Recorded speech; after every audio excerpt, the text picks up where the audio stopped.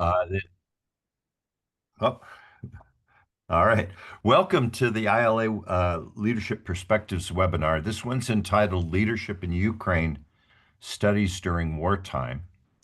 I'm Ron Riggio. I'm at the Kravitz Leadership Institute at Claremont McKenna College, and I'm a member of the Hodos Institute Advisory Board, the Research Advisory Board, and was started working with Alexander almost 2 decades ago.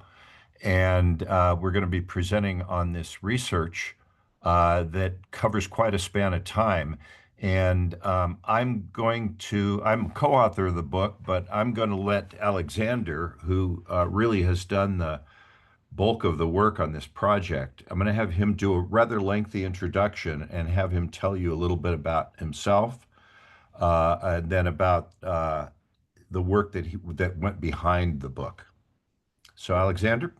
Yes. Hello to everyone. Good day, evening to all of you, different parts of the world.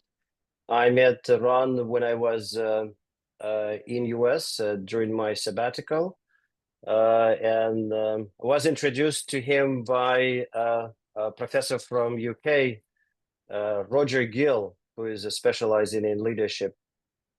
At that time, I was working on my doctorate at Durham University in Leadership Studies. Originally, I'm from Ukraine, from Crimea. That's where my family comes. And I immigrated with my family to US in the 90s. And then for work, I've been living and working in St. Petersburg, Russia for 19 years. So only in 2020, moved back again to US.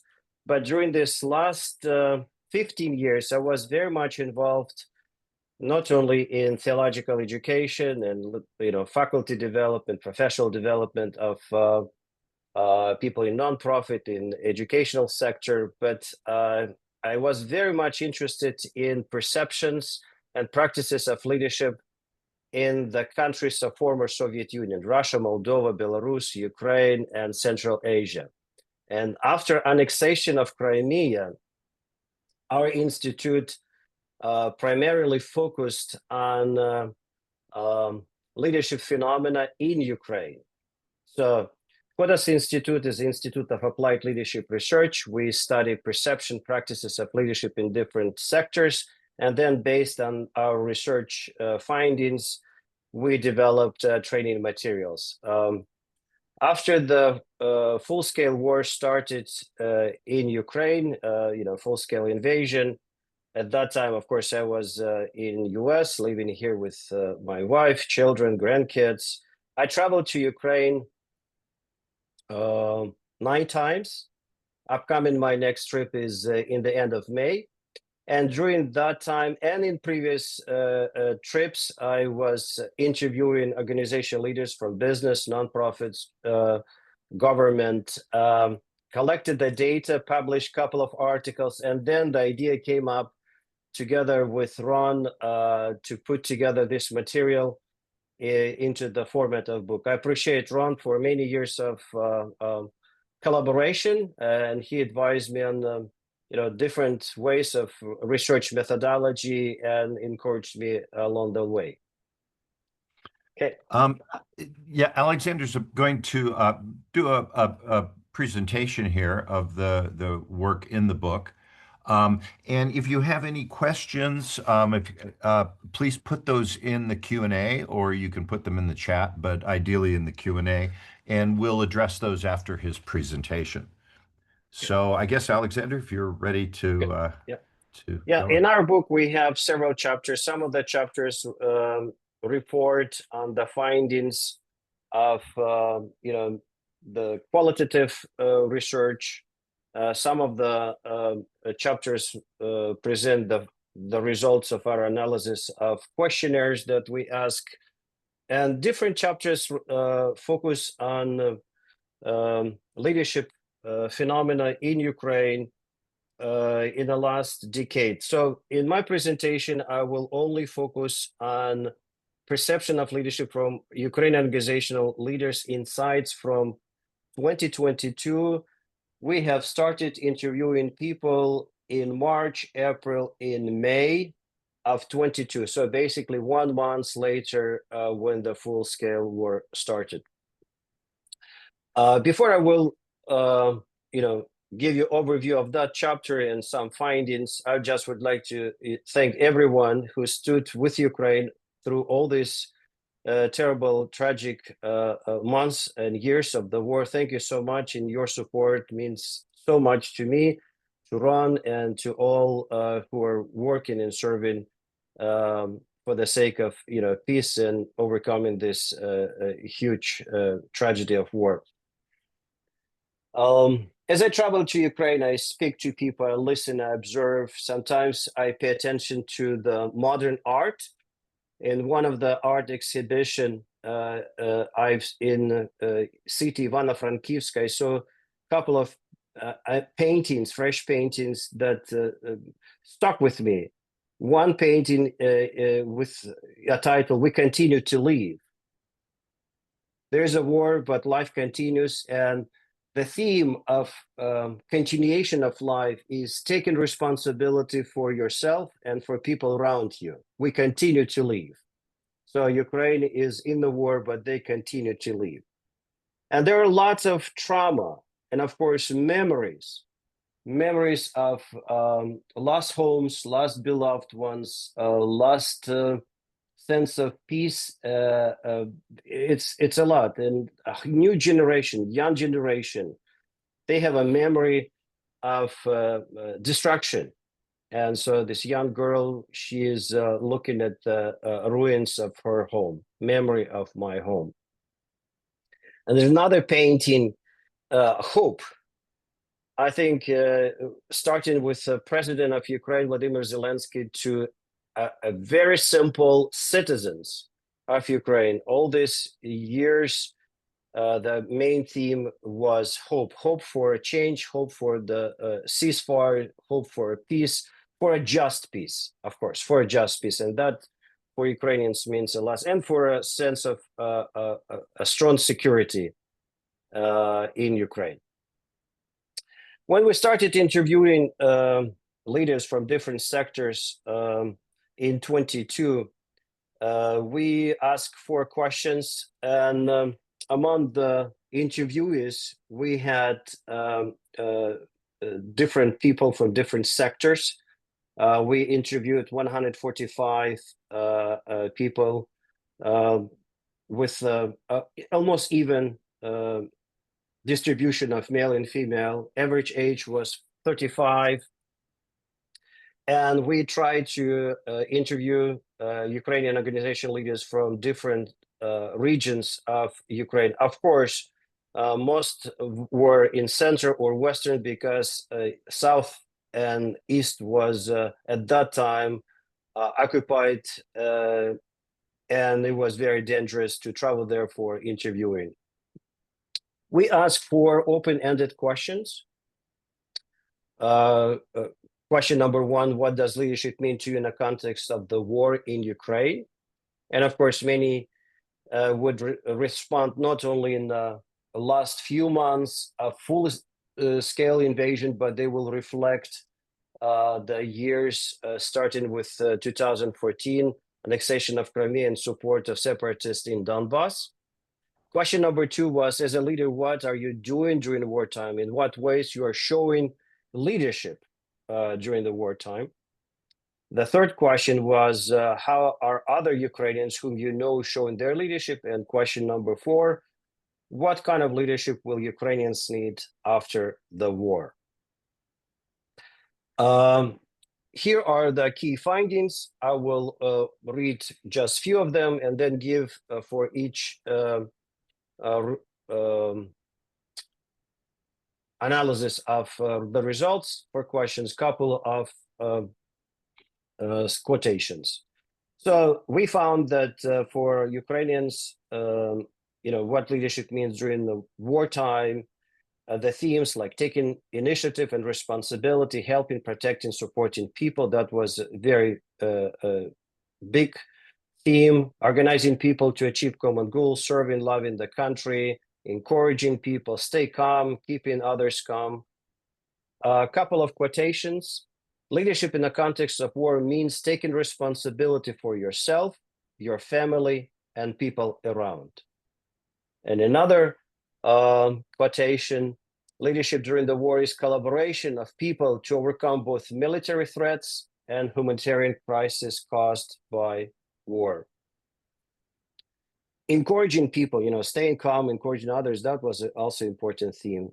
So one interviewee said, in the time of war, leadership is the ability to work with other people who too are going through the struggles of war, but experience them differently.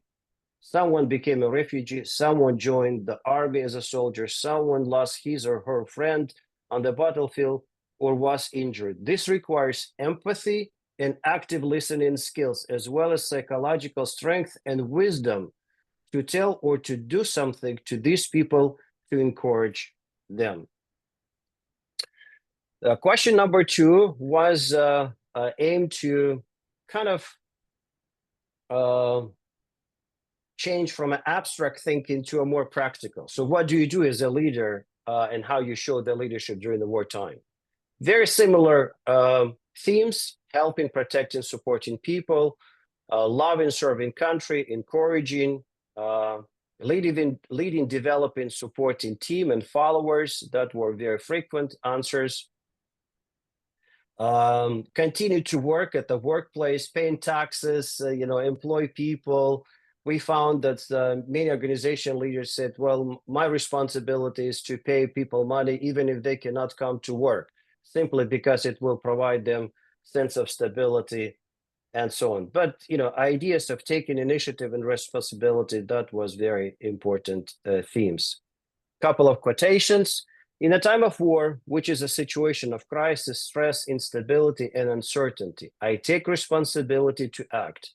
I don't allow my mistakes to stop me. So, nobody is making that, we're blameless or it's easy, but I try to do my best. A second quotation is, I motivate people not to give up, to seek any meaningful opportunity to keep on living, even in the midst of war. Also, I motivate them to take care of each other. So ideas of servant leadership are there. Encouraging people, that's the code that we use for this citation. During the war, I tried to listen to people, encourage them, and give them advice if needed. I try to help people when they are making difficult decisions about evacuation, and I'm always ready to assist them to flee from a war-related dangers. I keep in touch with everyone who has evacuated from occupied cities with my assistance. And this is an interesting case, and it was quite widespread. So there were many volunteers and many people that help people to evacuate, but this idea of taking responsibility beyond, not just help person evacuate, but exchange the telephone and check in. How are you doing? Where are you now? And, this was not top-bottom initiative or top-bottom command. It was just internal kind of a culture that we observed within Ukrainian population. Question number 3, how are other Ukrainians whom you know showing their leadership? And this again was a kind of a practical question that allow people to think not only about their own behavior or their views or values, but also how other Ukrainians are acting in the times of war. Frequent responses were, helping, protecting, supporting people, loving, serving country in different ways, convincing people to evacuate. At that time, that was very important. It still are. Taking initiative and responsibility, organizing people to achieve common goals, encouraging people, very similar responses.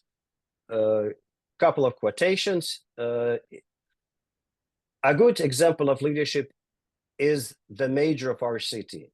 And this is from an interview from Kharkiv, very eastern part of Ukraine.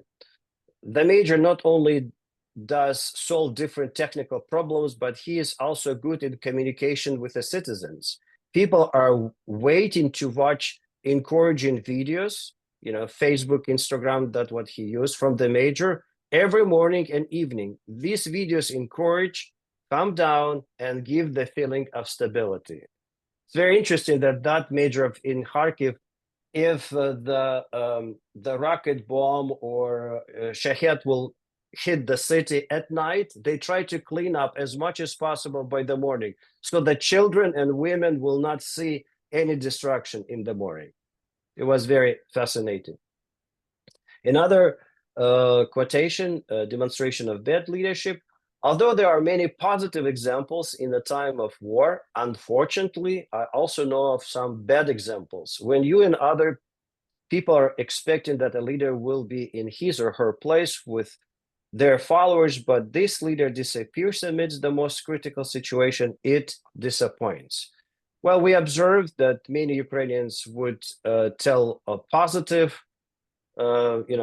perceptions of leadership or practices, but there were some who noticed some negative, not to say toxic, but negative sides of or dark sides of leadership during wartime.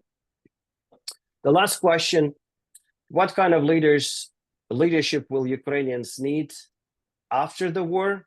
This question was for us important because, well, nobody, first of all, expected that the war will continue for 3 years. And so we thought, well, this is a very important time to say, well, maybe we could find something that will help us to reorient ourselves in kind of leadership development training.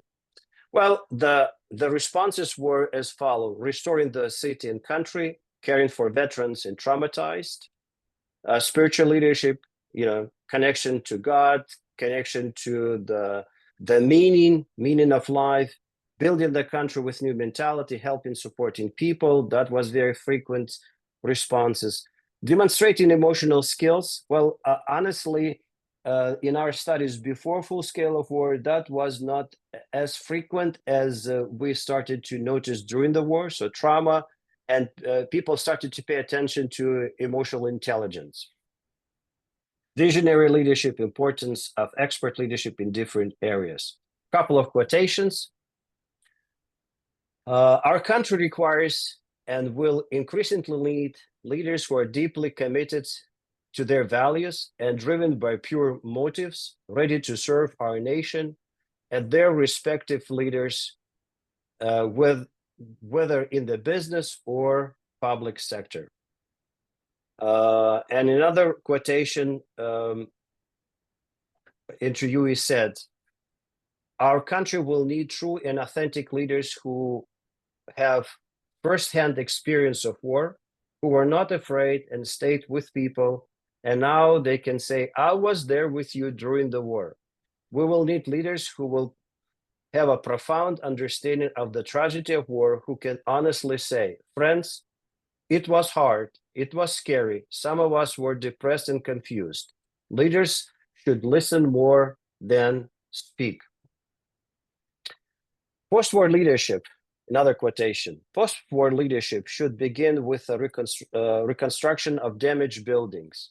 Even more crucially, attention must be given to the well-being of people, locating those who are missing, facilitating the return of refugees to their homes, arranging adoption of orphans, reuniting families, and offering psychological support to veterans and or women who have suffered sexual violence. During the last 3 years, we have done several small-scale research projects, and I would like to bring few quotations from another project, which is chapter number 6. That was interviewing the refugees or forcefully displaced people who left Ukraine, and we found them in different countries of Europe, including also US or Australia. So this was from question number 4, the same questions we asked in this research as well. Just wanted for you to hear the voices of, non-military organization leaders or citizens from Ukraine. After the war, we will need leadership in terms of soul restoration, effective soul care, work with emotional traumas, liberation of fear and violence, PTSD, mental disorders. So caring for traumatized is a main thing, major topic. Many people will unsure of what to do after the war when they return to Ukraine. So they will need a restoration and faith in a bright future and in the potential of Ukraine. So nobody knows in what state and in what conditions the peace treaty will be or war will finish. There is so many uncertainties, and still people are longing for a kind of a visionary leadership to build a strong and innovative society within Ukraine. After the war, another quotation, we will need leadership that emphasizes service. This means everyone using their talents and skills to serve others to the fullest. It's not about controlling, limiting, or dominating, but rather genuine service. Another quotation, after the war, Ukraine needs leadership of love, leadership of acceptance, leadership of kindness. And this is my last quotation. After the war, Ukrainians will need to demonstrate personal leadership focusing on collaboration for preservation of lives, restoration of necessary resources, and for the well-being of the country. A very important motto that we've heard many times from different interviewees, that leadership in Ukraine during war or after the war, it is about partnership, it's not about competition. So a few concluding remarks. From our study, from this particular research project or other research projects, we feel that Ukrainians are demonstrating exemplary leadership during the wartime, positive behaviors aligned with transformational servant and authentic leadership, focusing on initiative, support, inspiration, and courage. And only a few observed poor leadership. Secondly, we see in Ukraine in the last decade, and especially in the last 3 years, a culture of shared leadership. Leadership during the war was increasingly seen as a personal responsibility, with a move from hierarchical to shared democratic leadership where everyone could take initiative and lead. Observation number 3 for today's webinar: while Ukrainians united to fight the war, some divisions within society remain, of course, unfortunately, but we have some difficulties there. So post-war leadership should address those divisions and focus on shared leadership values like integrity, trust, inclusivity, accountability, etc. And number 4, there seems like a longing for spiritual leadership, emotional intelligence, and cooperation in a post-war Ukraine. Many respondents emphasize the importance of healthy leadership that will take a holistic approach to rebuild Ukraine after the war, aligning the calls for maintaining kind of spiritual strength, compassion, emotional intelligence, and cooperation rather than competition. I think in our link, in our chat, we'll have a link to LinkedIn group, Leadership in Ukraine. And if you would like to follow up the research we continue to do with Ron, you could join that. But this time, Ron, I have completed overview of the slides I prepared, so I will stop sharing my screen here. Okay, thank you, Alexander. And please, if you have any questions, put them in the Q&A. And we've already got a couple of questions here. But one of the things I thought I would do is having gone through the data as we started looking at all of these studies, and what Alexander presented was just the studies since the start of the full-scale invasion, so from 2022. But there were other studies that were done much earlier after the Crimean invasion. And I think my takeaway from a lot of this was that the Ukrainian people have experienced a number of different types of national leadership, right? So being a lot of the respondents were old enough to, have experienced the Soviet Union, and there was rejection of that model, obviously. But there were also some references to the leadership that came later in Ukraine, which was much more sort of leaders who were more self-focused and not focused on the good of the community, the welfare of the people. And there was some corruption and things like that. And so what I took away was the Ukrainian people that were interviewed and surveyed, say we've experienced lots of leadership, and what we want is democracy. We want a true democratic leadership, but leaders who are willing to serve, leaders who are willing to change the status quo, make things better, very forward thinking. One of the things I've been telling people as we were immersed in this, all of this data and going through this is and as things were going on in the United States, the political uh, perspective on Ukraine, I said, I wish we could get a copy of the book in the hands of every U.S. congressman and senator. And I think there would be no question about the U.S. continuing to fund the resistance in Ukraine. So, that was one of my takeaways. Um, so go ahead and some other questions, but there's one really interesting question that was brought up, and it's about longitudinal research. So, and I don't believe that there were any people who were interviewed in 2022 that were the same people, Alexander, that were interviewed in 2024. Were there any folks that you talked to at more than one point in time?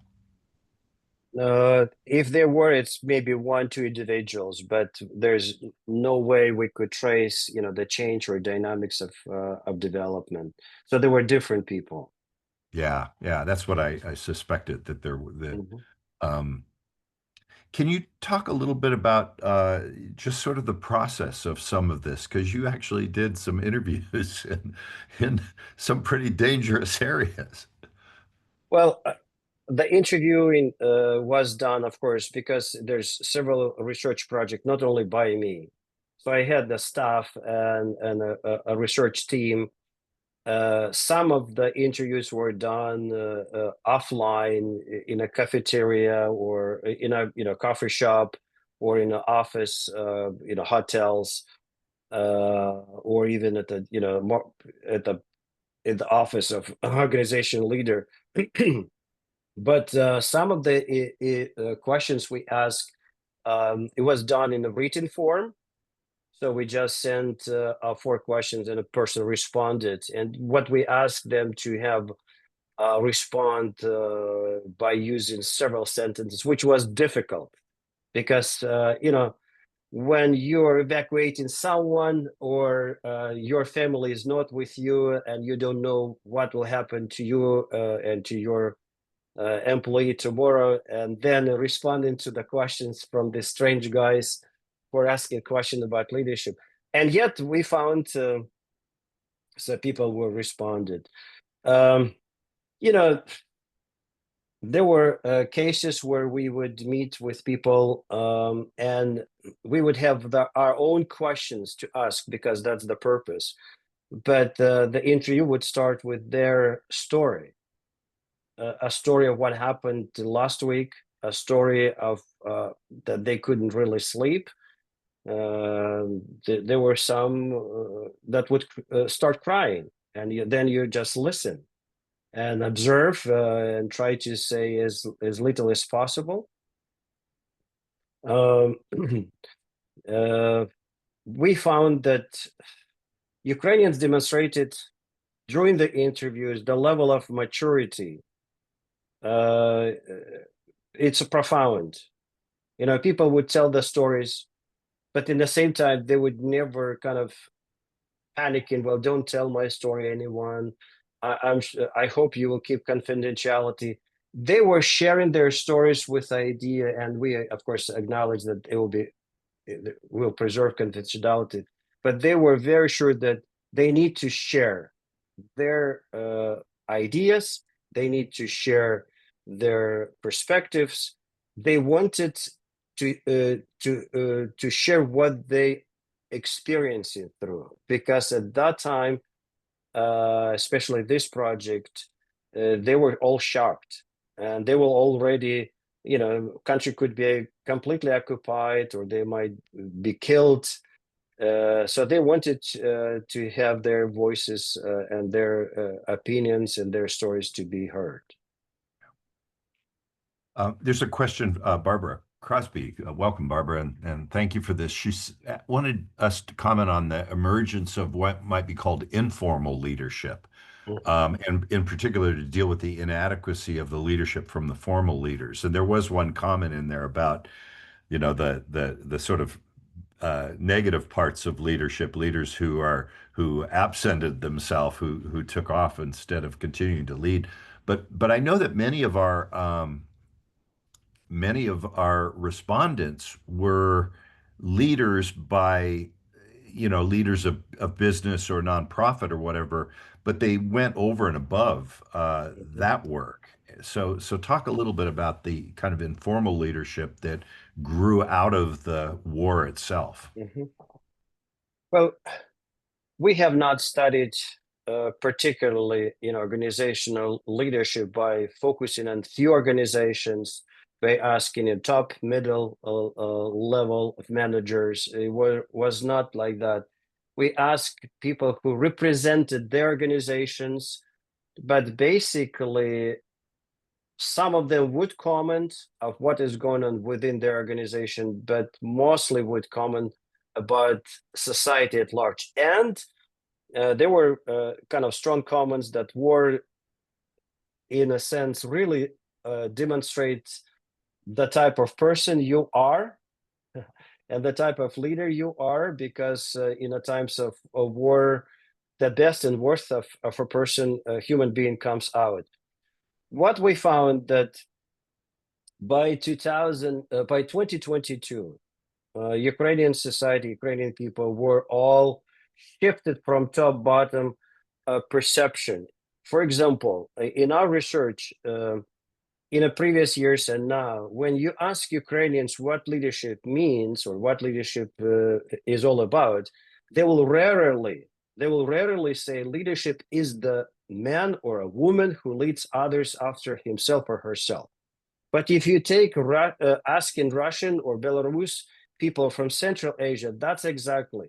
So leadership for other neighbors, Eastern neighbors from Ukraine, means a strong man and very much formal. For Ukrainians, even within the country, even within the organization, they still think it's a dynamics of interrelationships. It's an interrelationship of people who might be in a different roles, leader, follower, it doesn't matter, but they're in a process of finding the common values, common strategy, common goal, and pursuing together with a kind of horizontal feedbacks. Yeah. So this informal leadership philosophy even happens in the formal settings within Ukrainian organizations. Yeah, one of the takeaways that I had very early as we got into the data and the responses was how much they were typifying sort of servant leadership, and sometimes people who talked about inspiration, and so the constructs as an academic, right? The constructs of transformational leadership, being authentic, servant leadership, they really kind of bubbled to the top from these folks who are in leadership positions, but it's much more about what are they doing now during the war? How are they helping? They're doing their jobs, but they're supporting the troops, they're helping refugees, etc. One of the things, Alexander, that I think came out, if we're talking about the informal aspects, is the research done with the refugees. And so many of them were not in it, that none of them had formal leadership positions, but maybe talk about the informal roles that those folks took on in the context of being in a refugee community. Yeah. Well, the former forcefully displaced Ukrainians, and in that case of our research, majority were women.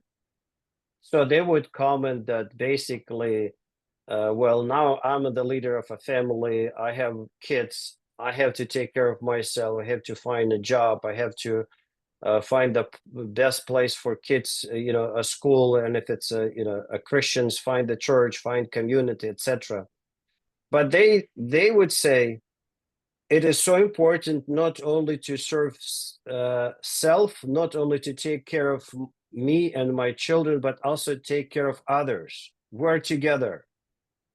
And some of them would say, well, I'm in Europe now, I have a job, but I'm sending money back to my relatives in Ukraine, to my husband who has no job in Ukraine. I'm supporting the military, army in Ukraine. And this networking of people, you know, while they're in Prague or while they're in Berlin, in other places, we find each other, we help one another, we assist, we share the resources, we learn from one another, we babysitting for one another. So, and it's again, if you would think how this is different from the past Soviet Union mentality where the government organizes social care. And if government doesn't provide you money, doesn't provide you with all the structure, it seems like people cannot find the way out of a situation. But this informal leadership was very evident in the way how they perceived what they need to do, their values, but also shared what they do and what other Ukrainians do as refugees. There's a question here. So if we look at what we learned from the context of war, what are the most or some of the most important or impressive lessons that could be used in a non-war context? For example, this is Amalia asks about in the business world. So what have we learned from Ukrainian leadership that can be translated into, into everyday life, into business, into other organizations? It's a very good question. I would say many Ukrainians comment that during the war, they have a common goal: victory, survival, common goal. And I think this, to having a common goal, common sense is a major drive. They live with a sense. There's a deep meaning why they get up in the morning or not sleep at night. There's a deep sense. And I think for business, if there is a deeper meaning beyond just making a profit, I think that is a very good lesson, because with a deep sense of why we work together. It's not only making money; it's for taking social responsibility, environmental responsibility, being responsible for each other spiritually. A deeper, it brings out of people a creativity. It brings out of people the best partnership, a freedom, and better engagement if they get this why. So to me, that is important. That's great. Jack Berenston has a question. Does this relational view of leadership explain the success of Ukraine in resisting the Russian invasion? What are your thoughts there? Of course, in Ukraine, we know there's an eastern part and western part.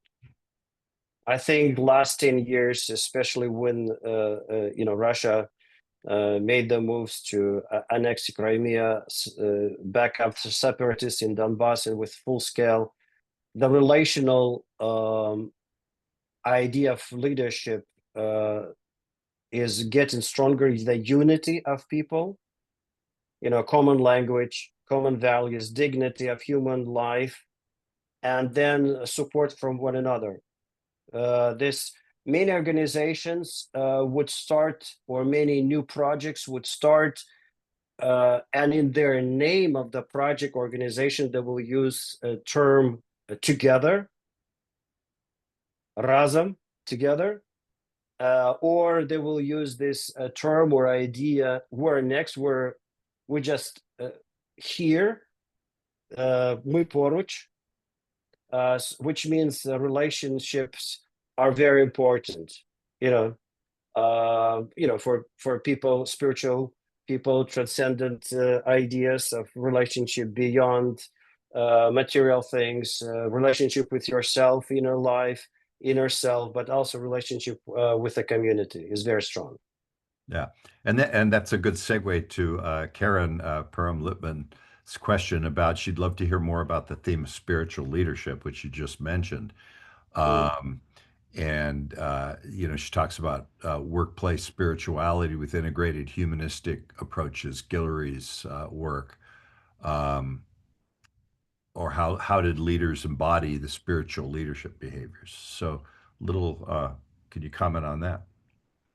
Well, with workplace spirituality, it's a quite a huge range of definitions, from almost copying religious ideas and practices at the workplace to a more kind of individual, not community focused spirituality.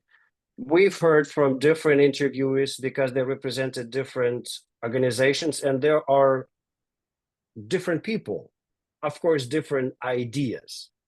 But what was common is that you cannot survive, you cannot win, you cannot live during the wartime if you do not nurture your inner soul, if you do not pay attention to who you are, if you do not ask the questions, what is my role in life, why I'm here, what's wrong, those kind of a deep philosophical, spiritual questions. And then you also have kind of spiritual practices. Sometimes the interviewers would say, well, the war is such a time and place where you can serve nonstop, but you could burn out completely. So you have to take care of yourself. Take time for silence, solitude, sit down, just rest, because if you do not recharge your emotional, spiritual batteries, you cannot really help others. Good point. Yeah. So Deborah Finlayson has a question here. She says, Alexander, this research is so important in representation of standing strong in difficult times, and that's clear. And she's interested in how Ukrainian followership, so part of the followership community, and how that impacted their strong response. Well, I would say because of democratic process in Ukraine, starting with 1991, when Ukraine became independent from Soviet Union, Незалежна Україна, citizens in Ukraine understood their important role, not from a point of view of positional leadership, but from a point of view of participants in the history, in the future of Ukraine. And I would say, if before people with some formal power, police force, army, or others, were viewed as kind of a strong people that are above law, I think during this time, for example, our interviewers would say, well, we are not glorifying Zelensky. We're not considering him as a messiah at all.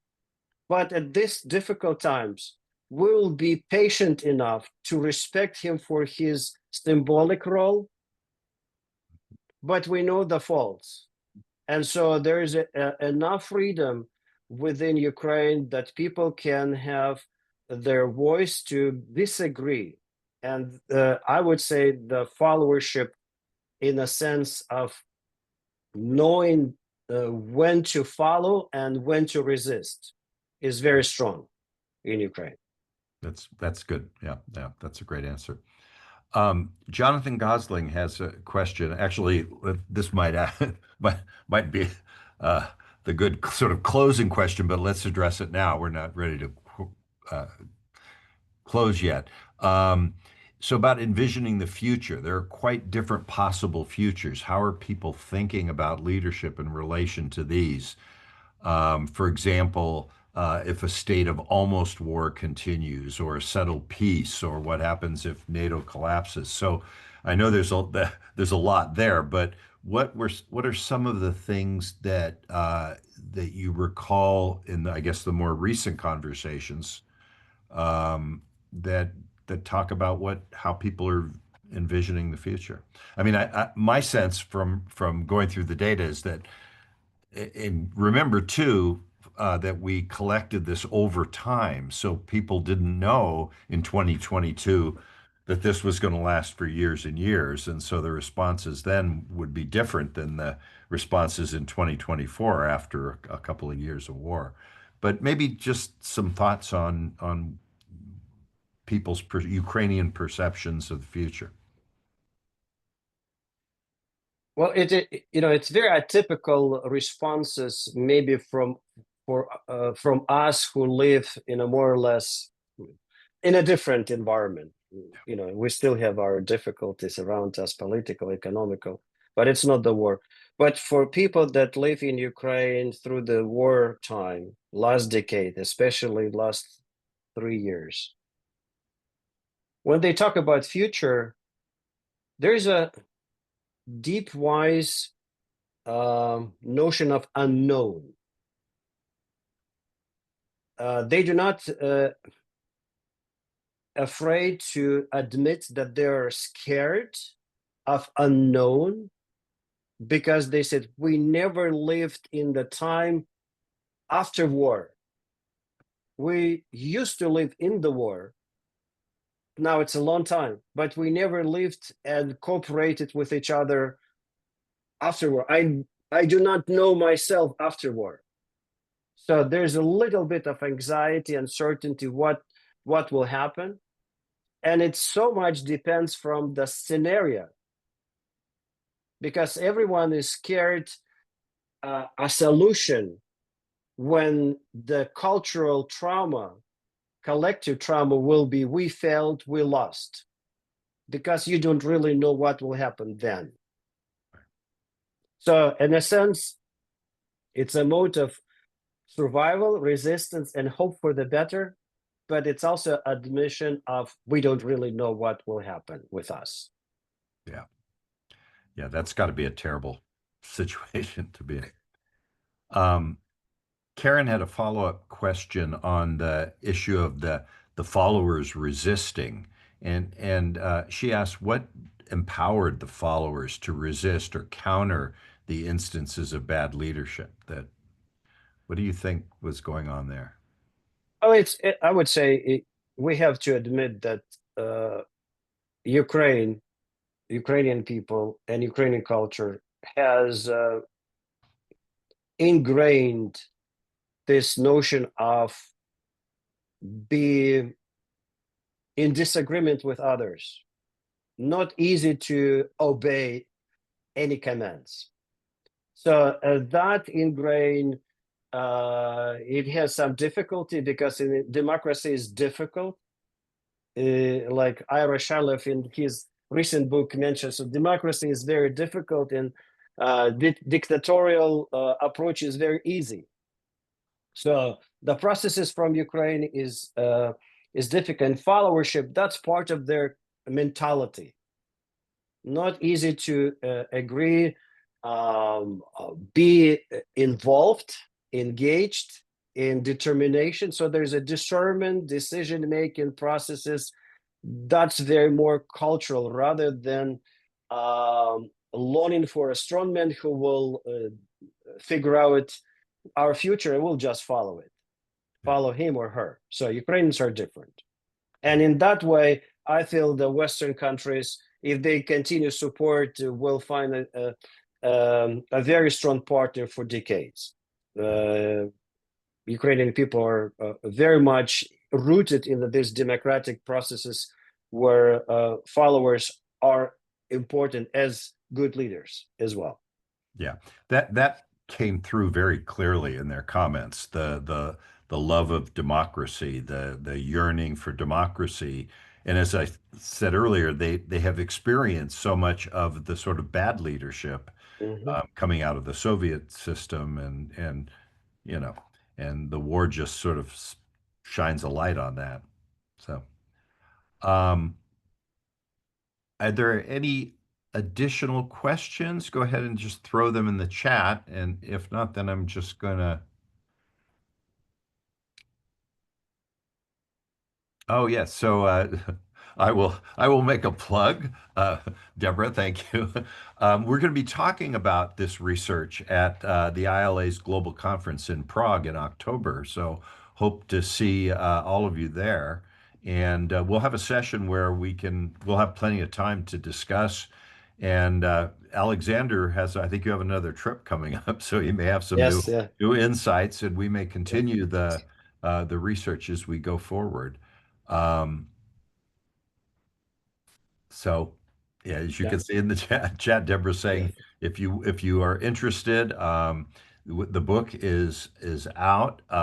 It's as Edward Elgar does. They publish for a year in hardcover, so it's very very expensive. I think the ebook is less expensive, but there should be a soft cover, a paperback version coming out in about 9 or 10 months. So. But if you're really interested, it really is encouraging, heartwarming to read the words of these people who are living under wartime. Any closing comments, Alexander? Well, I just would like to say thank you to the participants, to those that joined the webinar. Some colleagues that we met at LA meetings, some colleagues we met in a different, some new colleagues. So thank you so much. We just wanted to join the efforts together and pay attention. I think it makes sense to continue join the efforts with research further. Yeah, And if there are some openness and maybe ideas how to partner with us, let us know. yeah, yeah.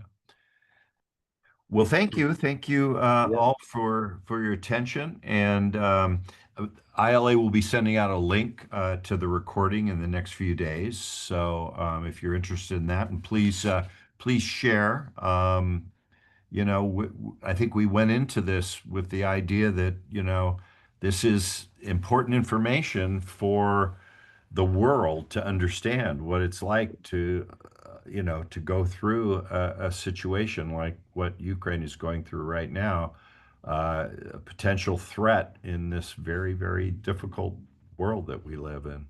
So thank you again, and we'll see you at ILA Prague. Thank you, yeah. Alexander. Thank you.